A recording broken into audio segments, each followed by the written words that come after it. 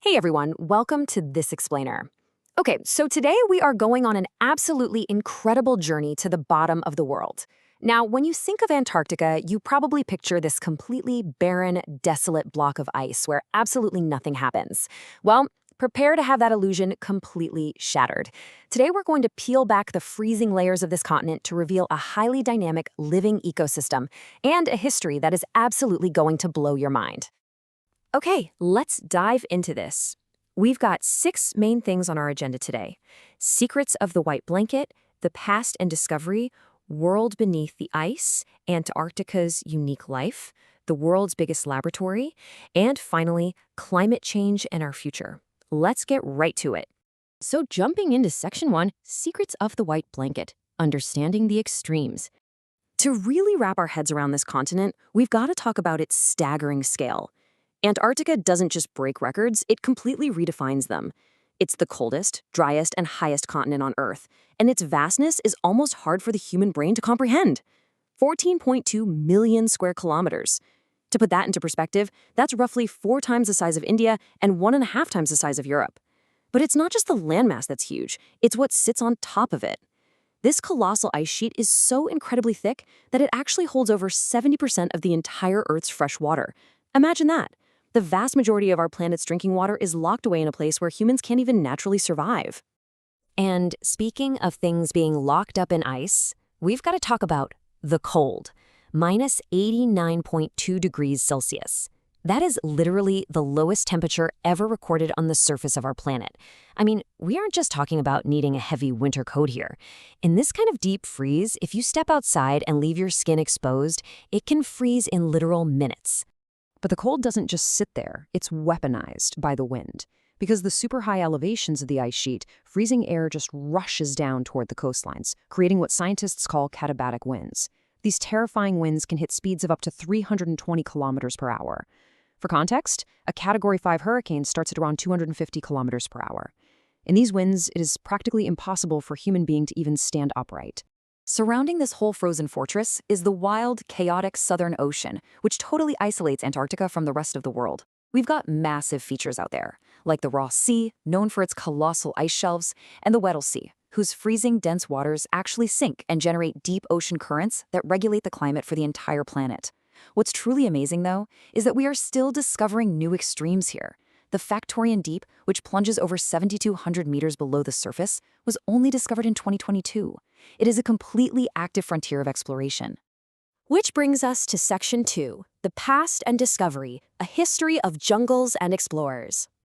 Now, you might think Antarctica has always been this hostile frozen desert, but nature loves a good plot twist. Millions of years ago, it was a thriving jungle. Seriously, lush green forests, warm winds, and yes, even roaming dinosaurs. Scientists have actually found fossils of tree trunks, leaves, and insects buried right there in the rock. So how did a tropical paradise turn into an icebox? Well, it was a wild combination of Earth's orbit changing, a huge drop in atmospheric carbon dioxide, and massive tectonic shifts. As the supercontinent Pangaea broke apart, Antarctica drifted slowly southward. Once it hit the pole, a freezing ocean current basically built a wall around it, forever locking the warmth out and the deep freeze in. Human discovery of this newly frozen world? It's a harrowing tale of endurance. Back in the 18th century, the legendary Captain James Cook tried to find it but was literally blocked by impenetrable ice. It wasn't until 1820 that Russian, British, and American explorers finally spotted the coast. That kicked off this furious race, culminating in 1911 when Roald Amundsen finally reached the South Pole, narrowly beating Robert Falcon Scott, whose team tragically didn't make it back. But the real triumph happened in 1959. Instead of fighting over the territory, 12 nations signed the Antarctic Treaty, dedicating the entire continent purely to peace and science. No military, no mining, just incredible international cooperation. Moving right along to Section 3, World Beneath the Ice, Hidden Geographical Anomalies. Because here's the thing, Antarctica isn't just a flat sheet of ice. It is hiding some wild, completely concealed geography underneath. Buried under miles of ice are giant mountain ranges and some of the deepest trenches on Earth. Take Mount Erebus, for instance. It is a 12,451-foot active volcano. You literally have boiling, thousands of degrees lava bubbling away in a crater, completely surrounded by -50-degree freezing ice and snow. It's a mind-bending anomaly. And cutting right through this landscape is the Lambert Glacier, the largest on Earth, measuring 400 kilometers long and 80 kilometers wide, just slowly grinding its way toward the sea. And when those massive glaciers finally hit the sea, they give birth to Antarctica's most famous exports, icebergs. This happens through a process called calving. The heavy front edge of the glacier floats out over the ocean until it just can't support its own weight anymore, and it violently snaps off. The tricky part is that 90% of an iceberg's mass is hidden completely underwater, and we are just talking about little blocks of ice here. In 2021, an iceberg broke off the Ron ice shelf that was roughly 3 times the size of the entire city of Delhi. Just absolutely massive. Next up is Section 4, Antarctica's unique life, survival in the extreme. With all this ice, freezing wind, and months of total darkness, you'd think absolutely nothing could survive here, right? But life is incredibly stubborn. So can plants grow in this icy desert? The short answer is yes. Now, you aren't going to find oak trees or fields of roses. Instead, you've got moss, lichen, and algae. These tiny plants survive through some unbelievable microscopic adaptations. They grow incredibly slowly, sometimes just millimeters a year. They've got thick cell walls to survive the drying winds, and some lichens even form this brilliant symbiotic relationship where a fungus provides water and minerals, and algae provides food through photosynthesis.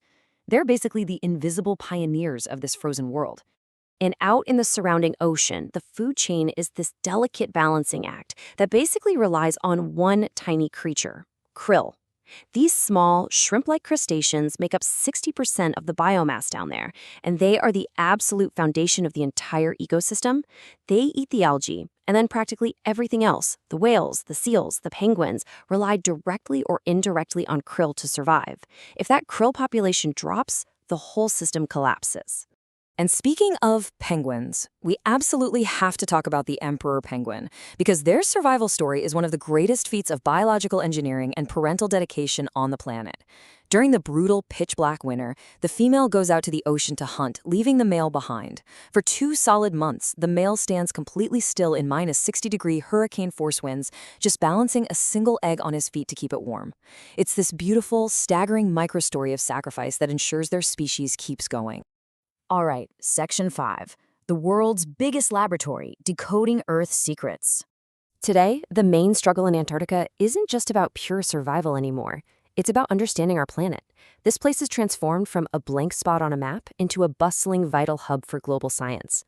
Right now, there are over 70 research bases run by more than 30 different countries working together. Scientists there are literally digging into the past. By drilling deep into the ice, they pull up ice cores that hold microscopic air bubbles trapped thousands of years ago. By studying those bubbles, they can decode ancient climate data, tracking historic CO2 levels and temperatures. This continent was also ground zero for discovering the hole in the ozone layer. And nations all over the world contribute to this, including India, which proudly runs advanced research stations like Maitri, built back in 1989, and the state-of-the-art Bharti station, established in 2012. Which leads us to our final part, Section 6, Climate Change and Our Future, the Global Warming. So the crucial point we need to take away from all this science is a massive warning sign. What happens in Antarctica does not stay in Antarctica. Because of global warming, these ice shelves are melting at a totally accelerated rate.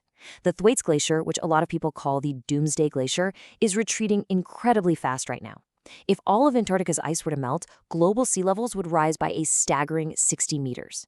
This isn't just some remote, distant issue.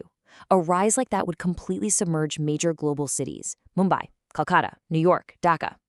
The warming of this continent is a direct existential threat to billions of people. But it's not too late, and the solutions actually start with us. The choices we make thousands of miles away directly impact that ice. These aren't just empty slogans, they're exact actionable steps you can take today. Simply turning off lights to stop wasting electricity cuts down on carbon emissions. Opt for public transport. Drastically reduce your single-use plastics. Researchers have actually found microplastics in remote Antarctic snow and even inside the stomachs of penguins. No way, right? Also, advocate for and switch to renewable energy like solar and wind. And maybe most importantly, spread awareness. The more people understand this connection, the faster we can create real systemic change. Which brings us to our final defining thought. If Antarctica survives, Earth survives. This continent is basically the ultimate mirror, reflecting the health of our shared home. It might be isolated, but it is intimately connected to every breath we take and every storm that hits our shores. We simply cannot afford to let this beautiful, hidden world beneath the ice melt away.